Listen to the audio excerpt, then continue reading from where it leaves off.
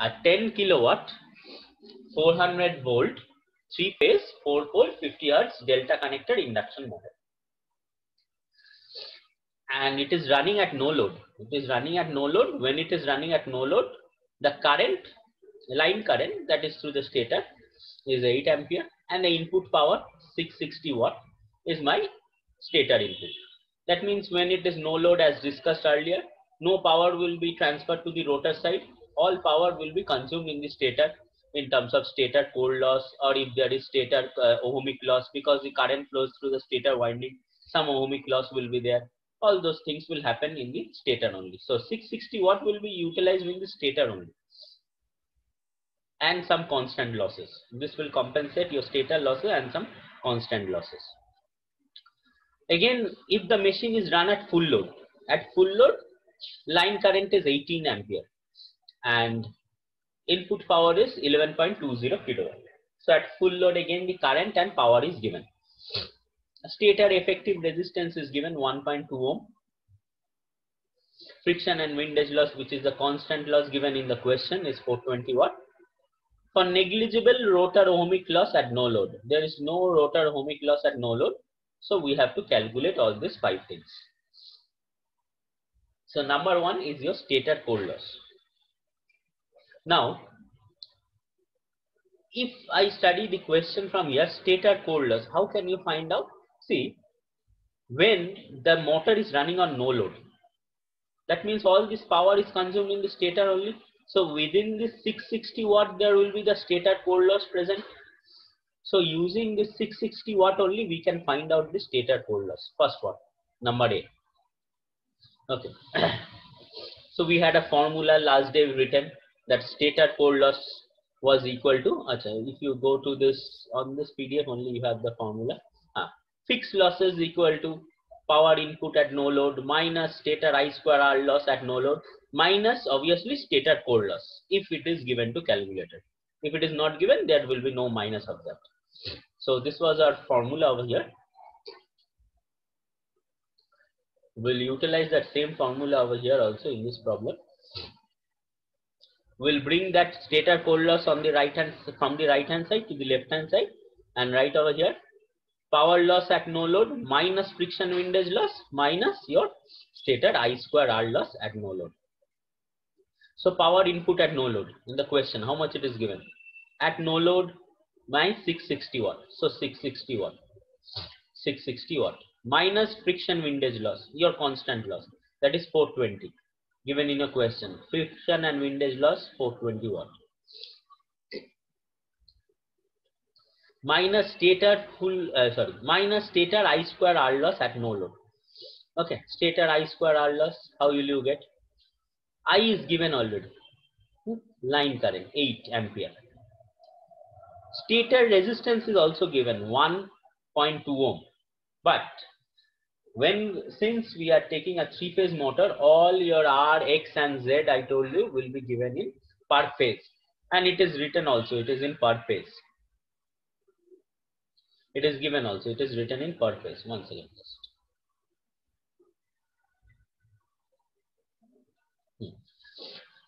per phase, stator effective resistance per phase is 1.2 ohm. And if it is not given this word per phase also, you should remember that the stator resistance or rotor resistance X1, X2, R1, R2 all given will be per phase value. So 1.2 ohm.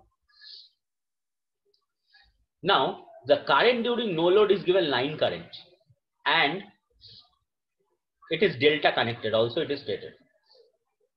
So in a delta, IL equal to √3 IPH, your current line and phase current relation. So what will be phase current? IL equal to √3 IPH. So IPH will be IL by √3. So we'll take the current as 8 by √3. 8 divided by √3. So 8 divided by √3. Now I square R loss. So I square 8 divided by √3 square. What is the R? We had already seen it is 1.2 ohm in the stator. So I square R.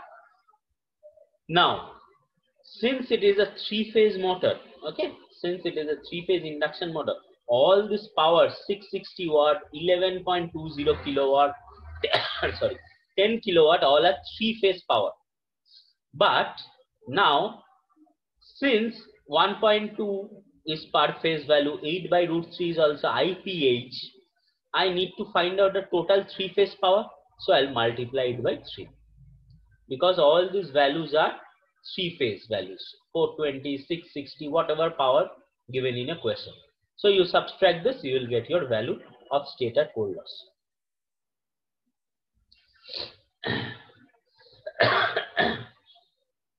Okay. Now, total rotor losses at full load and rotor ohmic loss. Now, if you recall last day's PPT, rotor losses, rotor ohmic losses can be found out if I find out your air gap power, PG. SPG was a rotor ohmic loss plus some rotor core loss will give your total rotor losses at load. Now, if I recall, go to the, I'm showing over here only, go to this power flow diagram. So how can I calculate my PG?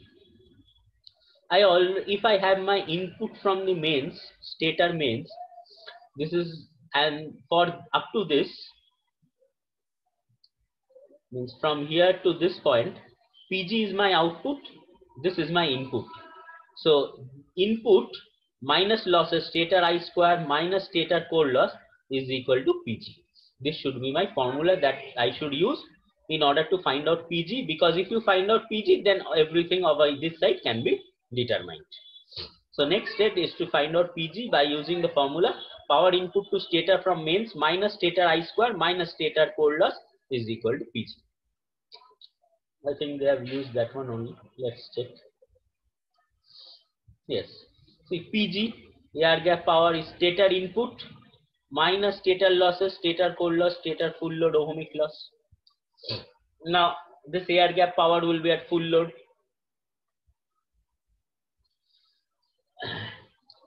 Then, if you have any doubt, you can ask me. Okay, so stator input at full load from the question at full load. 1 second. Stator input at full load given in at full load, the line current is this one. Input power is 11.2 kilowatt. So this is the stator input, 11.20 kilowatt. So stator input at full load, 11.20 kilowatt. Stator core loss already calculated, right? 163.2 used over here. Stator core loss. Stator full load ohmic loss. Again, I square R loss. So how we have used the formula 3 I square R. Now what is the full load current? According to the question, your full load line current, line current is 18 ampere. So 18 by root 3 it will be, is my current. So 18 by root 3 whole square into 1.2 into 3, because it is 3 phase power. So 3 into 18 by root 3 whole square into 1.2. That will give you your 10648, whatever the calculation is. This is how you can calculate. Sir, এখানেও তো friction loss টা লেখা উচিত ছিল। এটা friction loss না, এটা power flow diagram টা কতটা অবধি, how much I have applied, you see from here to here, from here to here. So friction loss is after this, after PG friction loss. Okay. Oh. When it is at no load, there will be stator losses also. There will be some friction losses also. So that's why friction losses is considered during the first case only. No load er moddhe dhore neওয়া হয়েছে already. No load er moddhe dhore. And in this stage is applied in that small portion of our power flow diagram. So power flow diagram is very important. So I am starting from stator input and completing up to PG. Yes. After PG to PSH, there is friction and windage loss. So I can include it over here. So not included this one. That's next.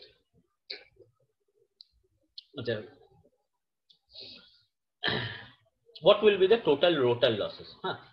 What will be the total rotor? Your question will be answered. You just check the steps. What I said. Total rotor loss. About next thing again, the power flow diagram. Again, you should remember the power flow diagram. Very important. You should remember this power flow diagram. Very important. I'm telling you again and again. Power flow diagram should be remembered by you. You can solve any problem using power flow diagram. If you remember all these things, you can solve any problem.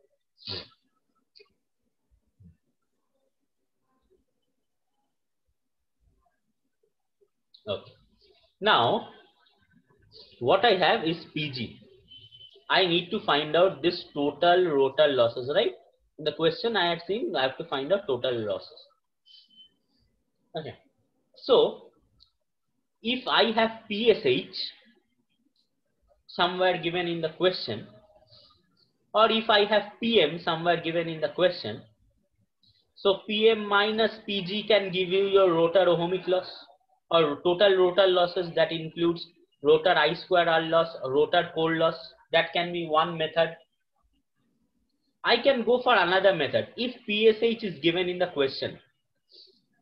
Okay, so PSH plus all these total losses is equal to PG. Now friction and windage loss is already given in question. After finding the total, this total, you can subtract this friction and windage, that so that you can get this one, total rotor losses. So you can go by any method. You can go from PM to PG. You can go from PSH to PG. Remembering the fact that if you go from PM to PG, you will get direct rotor losses. If you go from PSH to PG, you will get rotor losses plus friction and windage loss. So whatever the losses you will get, you have to subtract that friction and windage loss from there, and you will get your rotor losses. I don't know what they have done. Let us see what they have done. If they have done by one method, you can do the another method and check it whether same answer is coming or not. First, they have gone from shaft power to PG. So total rotor losses, they have included the friction and windage loss also in the rotor side also. So they have gone from PG minus shaft power. So PG minus shaft power is here 10,648. Now the rotor is rotating also, so there will be friction losses over here also. So that constant friction losses can be included over here. So total rotor losses 10,648 minus PG, which is calculated, minus shaft power. What is the shaft power? See, your question is given. A 10 kilowatt motor. A 10 kilowatt 400 volt motor. That means this is the output of the induction motor. So 10 kilowatt is your shaft power. So 10,648 minus 10 kilowatt is your 648 watt. Next, if you are told to find a rotor ohmic loss, so what you can do, you can either do SPG as we had done earlier. SPG you can do, or you can do 3I square R R2. This is a direct formula. R2 is not given, so you have to go by 648 minus your 420, your ohmic loss, according to this diagram, right? See, rotor I square R loss plus rotor core loss is equal to, plus friction and windage loss is your total losses over here. So if you go over here, what are the total losses in your rotor is 648. So if you subtract this 420, that is your friction and windage loss, you will get 228 as your rotor losses. Okay, since rotor core loss is not given in question anywhere, it is never not mentioned in question, you can consider that as negligible. So rotor core loss is negligible, hence this total 228 is nothing but your rotor ohmic loss. You can go by SPG also, no problem. Achha, they have shown by SPG also over here, I think. No, they have not shown. You just try it with SPG. If you go from PM to PG, how you write PM? PM as last day formulas in the slides, all everything is given. PM is equal to 1 minus S into PG. Like that you can go. You can go by any method, but for that you should remember your power flow diagram.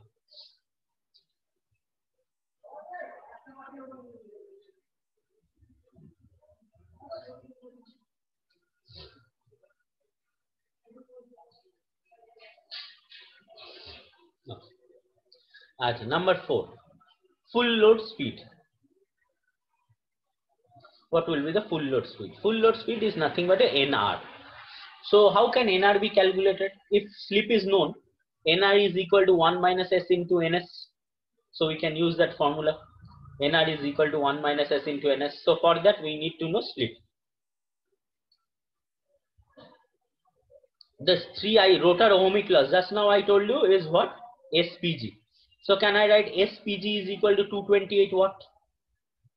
PG is known, PG is calculated. So you can find out your S.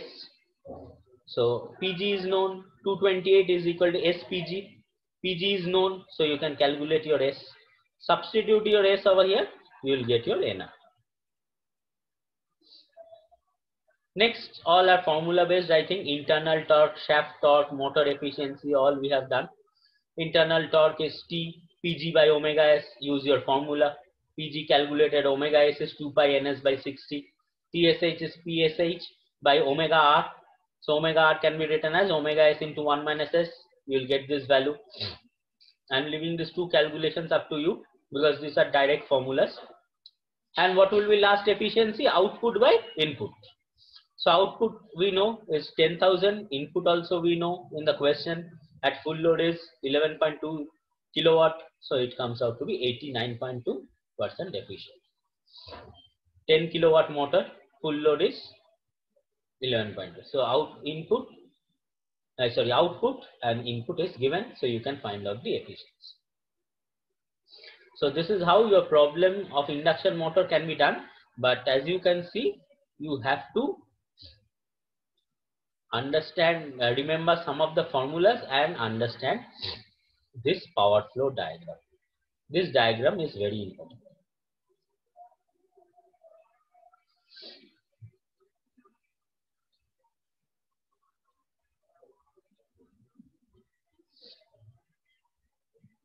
Okay.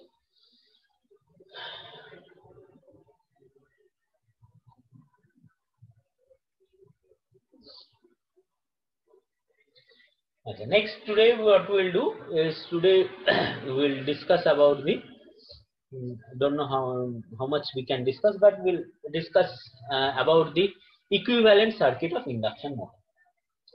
So equivalent circuit of induction motor, since both induction motor and transformers works on the same principle, except one is giving at the output electrical energy and the induction motor mechanical energy, the constructional the performance is based on that energy conversion in terms of magnetic domain only. And we had seen the similarities between induction motor and transformer.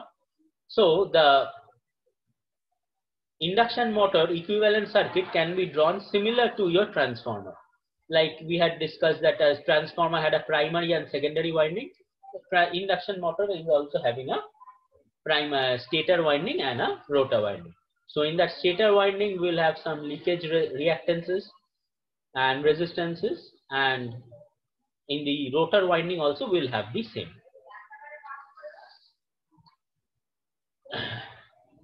So first thing, it is equivalent to the transformer, as both machines work on the same principles of conversion of energy through magnetic domain, or it both works on the principle of Faraday's law of electromagnetic induction. Now we are calculating all the parameters of the three-phase induction motor. So again, I am telling you all the values that are given in your equivalent circuit are all per phase values. So R, X, EMF, voltage, current, all will be per phase values. If given in your question, it is line values, and you have to find out power like last problem. You have to check your connection, convert the line value into phase value, and then multiply it with your resistances or inductance. Then only you can get the exact power or any other quantity. So like the as you studied about the transformer in the previous semester, so we'll develop the primary side circuit and we'll have the secondary side circuit. So we'll have a stator equivalent circuit, we'll have the rotor equivalent circuit, and then we'll combine the two and get one equivalent circuit as a whole. And everything is similar to your transformer. So no need to worry, it's very easy. We'll just go through it. So If you recall the facts, I'm going over here. If you recall the facts, if I'm giving a transformer a voltage V1, a current flows through the winding of the transformer, right? And that current is fluctuating in nature because we are supplying AC, sinusoidal in nature. So that current flows through the coil. So there will be a flux produced. Now that flux is variable in nature. So we'll get d phi by dt. So if there is d phi by dt, we will get a counter EMF E. Okay. So there will be always a counter EMF E developed if I give a supply V1 to the stator of the induction motor. So that refers to my second point. Okay. First point is we are giving a supply V1. So for that we are getting a flux, sinusoidal flux or a rotating flux phi. And if that flux flows through since that flux is variable in nature or rotating in nature, it will produce counter EMFs in all the three phases of the stator winding. And that voltage V1 when we are supplying, that is producing a counter EMF, that is minus E1. So if you recall the phasor diagram which I had taught you last time, we are getting V1 was equal to minus E1. That is nothing we treated as V1 dash plus your drop across the primary winding. That is I1R1 plus J I1X1. This is our exact formula of our transformer also. Same thing over here. Now, if I1 was flowing over here, it had two components. If you recall, one was no load current, one is the reflected component of your secondary side. So we'll have over here, instead of no load, we'll use the term exciting current over here. We'll have an exciting current over here and another reflected current of the rotor side. Same thing. Again, if the no load current in your transformer you are considering, you had two parts of your no load current, right? One was your magnetizing component IM, and another one was your exciting current, which was IC, or the power component, which is IC. So in order to, since it is a power component, so IC was represented as a current flowing through resistance. So IC is represented by current through resistance. And since this is a magnetic component, it will produce the flux and all. So we are representing that current through the inductor.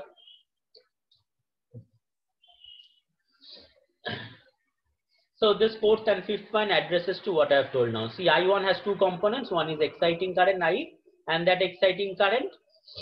Now, remember how the stator model is developed. This is the stator side. No rotor side is done. Okay. So we are open circuiting the rotor. Okay, we are finding the stator parameters. These parameters, how, if you recall your transformer, how we had found out these parameters all, right? How you found out? Open circuit test. So we open circuited one side. So here you think that we have open circuited my rotor side and we are finding out all these parameters. So it is same over here. So I1 consists of two currents. One is one is IE, one is I2 dash. Now this IE at no load, what it has to supply? Your core loss. Just now we had written the formulas: core loss, friction windage loss, and stator and rotor ohmic loss. Now in the question we had discussed, problem we had discussed just now, there was already stated that there was negligible stator rotor ohmic loss. So we neglected this rotor ohmic loss. All these values will be stated in your question. If not stated, then you have to find out the values. So this current, exciting current, is providing the power which is utilized in supplying your core loss, friction windage loss, small rotor and stator ohmic loss. And the load component I2 dash, which will be supplying your secondary side or which will counteract the rotor MMF. So again, the no load current will have two parts. One is IC, one is IM, as discussed. So IC can be represented current flowing through RC. IM can be represented current flowing through XM, the magnetizing reactance. So this is your basic stator model, same as your transformer only. Now, rotor circuit. Last slide we had discussed this one, rotor circuit. See, if you remember, we had drawn this circuit. We had found out wrote the equation of our current. So that was coming out to be SE2 by R2 plus JX2. So we said that we can represent this current I2 to be flowing in a circuit which has EMF SE2 and resistance R2 and SX2, inductance SX2. So we have represented the actual rotor circuit over there. SE2 my voltage, EMF, my R2 is my rotor resistance, X2 is my rotor reactance. Now since this X2 is dependent upon S, so it becomes variable because your S varies according to your NR. So NS is fixed because it depends upon pole and supply frequency. NR will change according to your load. So your S will change, so your this is variable. Similarly, this is also dependent on S, so it also becomes variable. Now, this current I2 is called your slip frequency current. This form is also current, this lower form is also current. But this I2 is told as slip frequency current because it is dependent on, see, your EMF is dependent on slip. That's why we are calling it as slip frequency current. Now your second formula, I2, you take your S common, S cancels out from the numerator and the denominator, this becomes R2 by S. Now over here, what becomes variable? R2. So R becomes variable, X becomes constant, E2 also becomes constant. Now this E2 is directly your line voltage. So I can call this I2 as line frequency current, since E2 is directly representing your line voltage.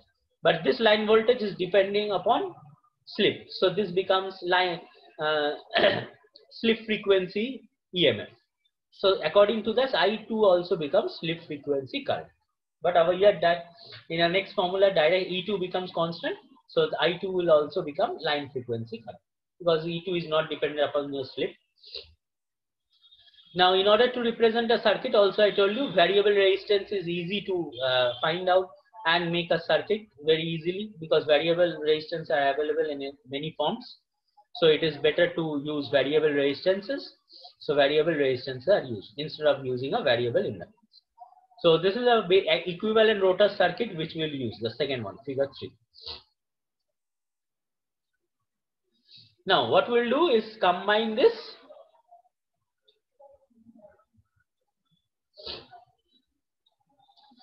We'll combine the stator and rotor side and get the complete equivalent circuit. That is my next step. So combine the rotor and stator, we have got the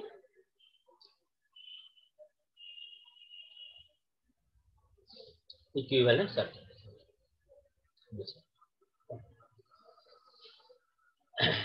Now this side your stator part.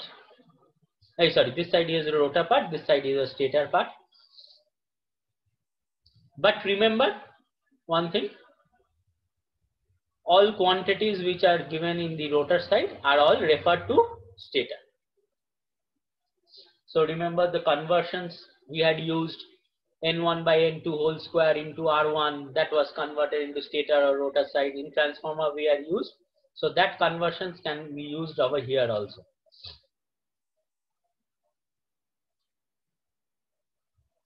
So this is the basic equivalent circuit with all rotor quantities referred to stator side. And besides this circuit can be somewhat simplified into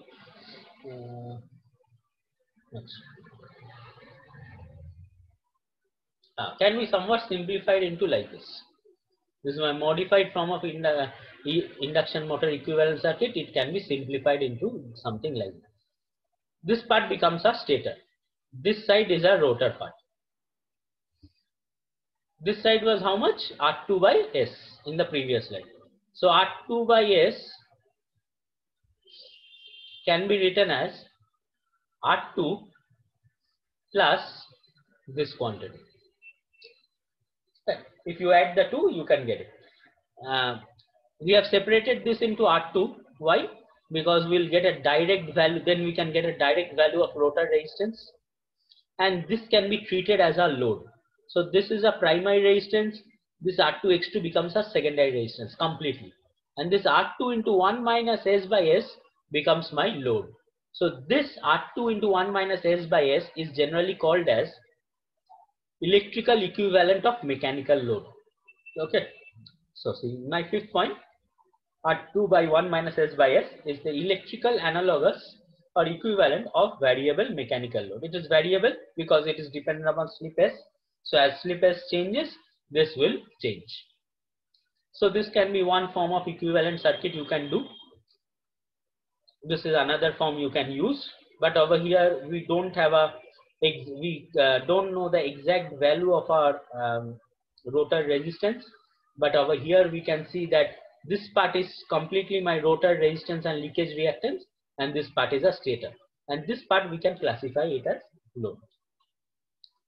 So these are all modifications of your equivalent circuit.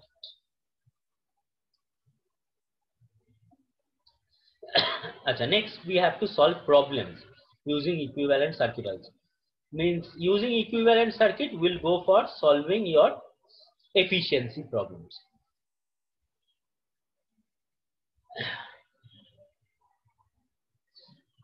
If you go through this point, all and what I have told you just now, all things are included over here.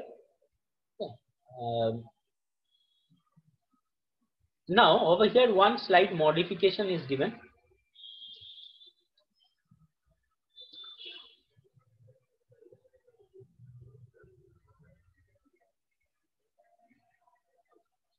We can, in this diagram, if you look at, we can remove your RC. Okay, we can remove your RC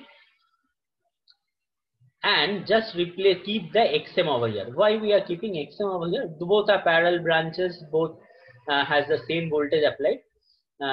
This XM should be kept in the circuit because otherwise there is no representation of your flux produced. If you keep only the resistance over here, if you don't neglect your resistance, the parallel branch, that means if there is a resistance present at no load, there will be no flux produced. But if there is an inductor over here, there can be current flowing through it also, and plus there will be a flux produced in coil, and in that flux my conductor rotates. So that is why you can't neglect your XM. Those points are written over here, you can go through it. Okay, core loss component RC is neglected, but if you neglect your core loss component RC, okay, you should include your all those I square R loss or your friction and windage loss as constant already in your question. You can't directly neglect RC over here. If you neglect RC, that means you should understand all the constant losses, whatever mentioned in your constant losses portion. In suppose in a question it is given constant losses is 100 kilowatt, 100 watt. So that means everything, the losses in that RC is also included over there. That is the meaning. Okay. So from here we have to analyze the circuit. How we can analyze? See this branch XM, X2, R2, this two first comes in series, right? R2 by S and X2 comes in series. So equivalent impedance over here I can say as R2 by S plus JX2, and this series combination comes in parallel with XM. So I can say ZF is the parallel combination of JXM and R2 by S plus JX2. So that is my ZF. So ZF can be written as R2 by S plus JX2 into JXM by R2 by S plus JX2 plus XM. How do you connect two resistance in parallel? R1 R2 by R1 plus R2, or two impedances Z1 Z2 by Z1 plus Z2. So this is Z1, this is Z2. Z1 Z2 by Z1 plus Z2. Now, if we find out the ZF, see over here, this ZF and this R1 plus JX1 now will come in series. So we'll have an equivalent impedance, that is R1 plus JX1 plus ZF. That will be the equivalent impedance. So V1 by that equivalent impedance will give you your current I1. Okay. V1 by that equivalent impedance will give you your I1. So first we will calculate Z1 as told, R1 plus JX1 plus ZX. And ZF is the parallel combination of this. So from this, if you solve, you will get a plus JB form, A plus JB. So that A is nothing but your RF, and JB, B is nothing but your XF. So you can find out your RF and XF from there also. Now this RF will be required in finding out the air gap power. So it is very important to keep this in A plus JB form, as also in R at an angle theta form, because both forms you may need it. At A plus JB form, you need that A value for as RF. Now, see in this diagram, there is a stator input power. This is also suppose a power flow diagram type, but that is more important, that power flow diagram. This is just a pictorial verification of that. So we have stator input power over here. In this R1, there will be stator I square R losses. There will be the stator pole loss. This was of this R2, there will be stator I square R loss. And at the load, what power? Mechanical power will be developed. That at the output from here, you minus your friction windage loss. If you subtract your friction windage loss from your PM, you will get your PSH. So number 9 will be calculation of your current as told, V1 by Z1. Number 9 will be calculation of your current V1 by Z1. And your air gap power, PG is equal to I2 square R2 by S or I1 square RF. Because why I am taking I1 square? Because the total circuit current will flow I1, and in this part, what will be the resistance? RF only. So that is the rotor equivalent side. This side is your rotor equivalent side. What is the resistance over here? RF. So that's why this is I1 square RF.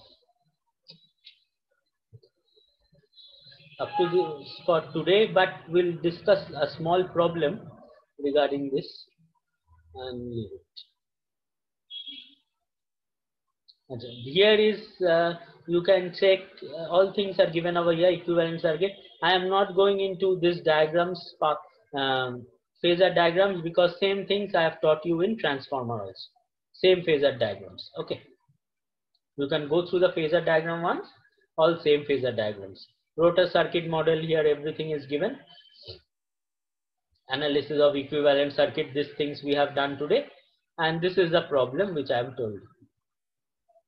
This problem is finding out efficiency using your equivalent circuit. Previously was not an equivalent circuit, direct data was given, we found out some values and then implemented in power flow diagram.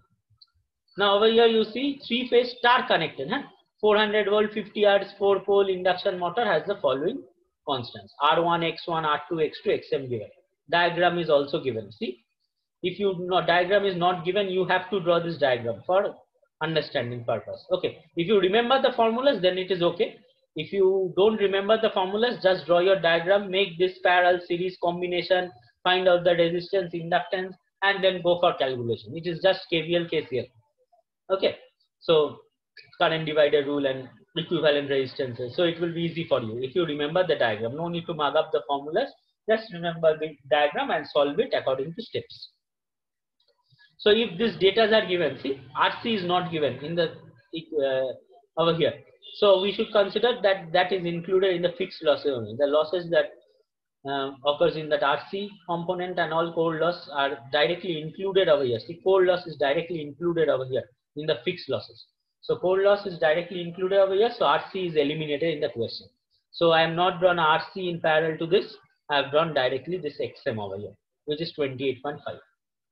So what will be ZAB or ZA, this ZAB, right? ZAB or ZF. You can find out this two in series and parallel with this. Okay, so this two parallel. Write the formula, and they have found out the total resistance. If you find out just this one, okay, up to AB. No, they have found out Z capital AB. Okay.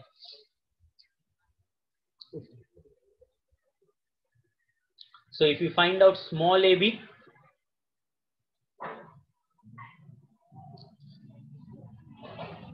small AB is just nothing but this and this in series. Then that comes in parallel with this.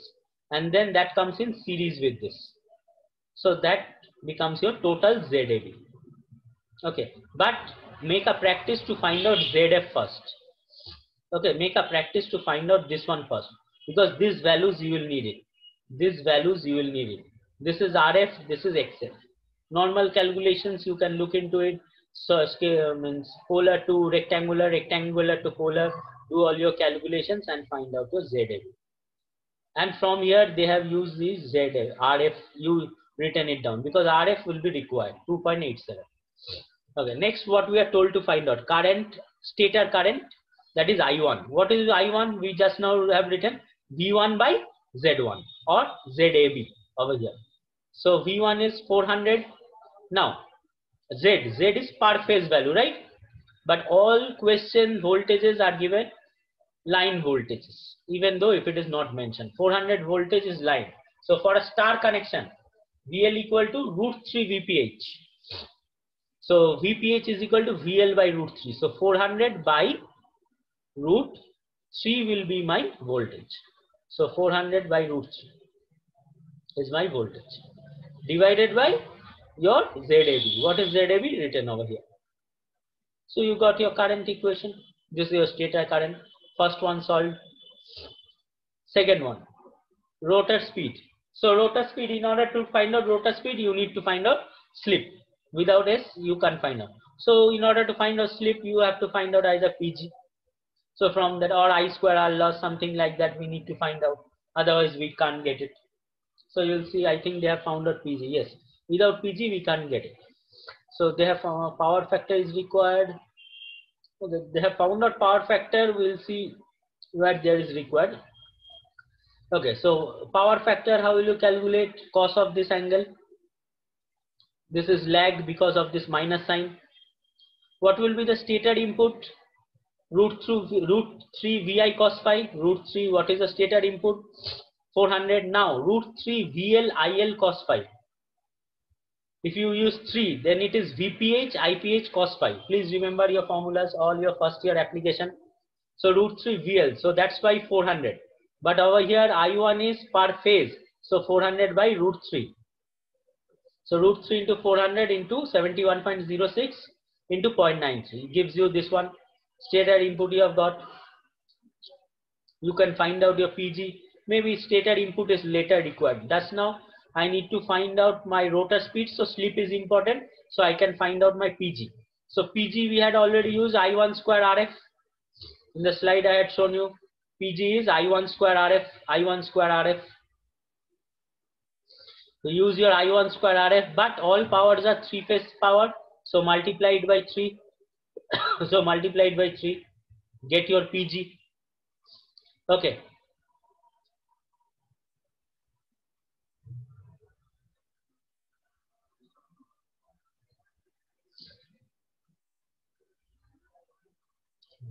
Slip is, oh, slip is given.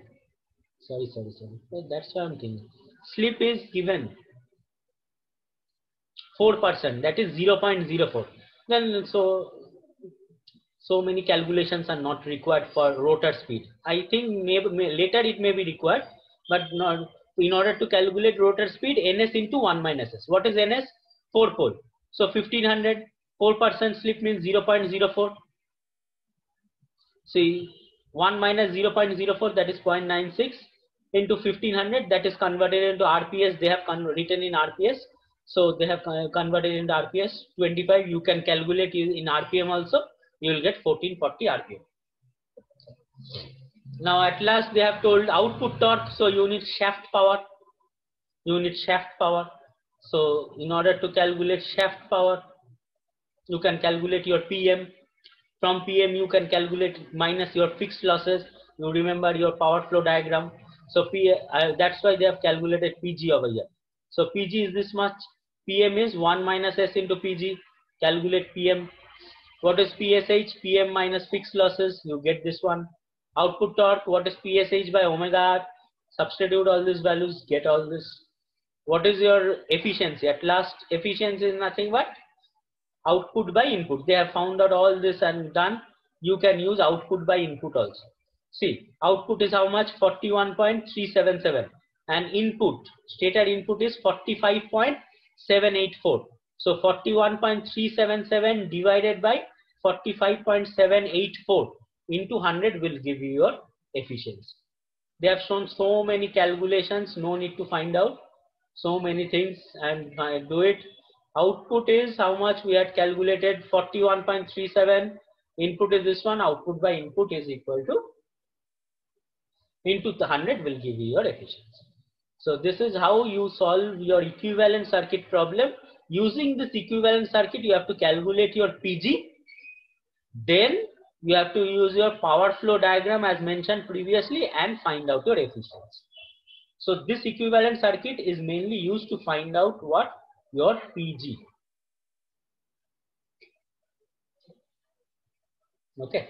So practice all these problems which is given over here in Himra, and Ashfaq Hussain also I've sent you another book also I've sent you. Go through the problems what are given over there.